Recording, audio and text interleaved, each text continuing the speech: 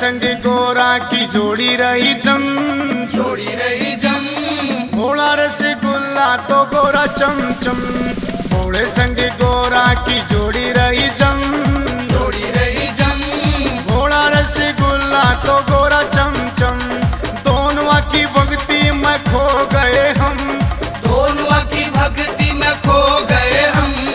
ओम नमः शिवाय कभी बोलो बम बम। भोले संग गोरा की जोड़ी रही जम, जोड़ी रही जम।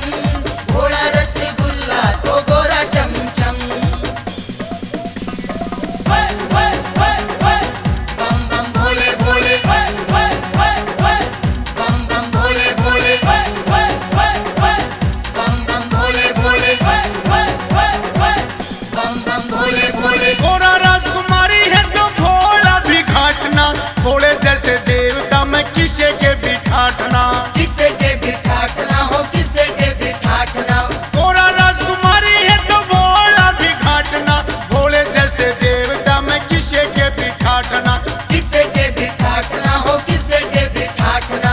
झूठ नहीं बोलूं मन भोले की कसम, झूठ नहीं बोलूं मन भोले की कसम, ओम नमः शिवाय कभी बोलो बम बम। भोले संग गोरा की जोड़ी रही जम, जोड़ी रही जम। भोला रसगुल्ला तो गोरा चमचम, जोड़ी रही जम। बम बम भोले भोले, जोड़ी रही जम। बम बम भोले भोले, जोड़ी रही जम। बम बम भोले भोले, जोड़ी रही जम।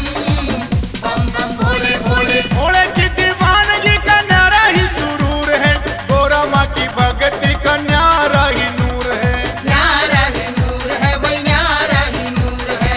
भोले की दीवानगी का न्यारा ही सुरूर है, गोरा माँ की भक्ति का न्यारा ही नूर है, न्यारा ही नूर है, वही न्यारा ही नूर है। पूजन से फल मिले अति उत्तम, पूजन से फल मिले अति उत्तम, ओम नमः शिवाय कभी बोलो बम बम। भोले संग गोरा की जोड़ी रही जम, जोड़ी रही जम। भोला रसगुल्ला तो गोरा चमचम। बम बम भोले भोले, बम बम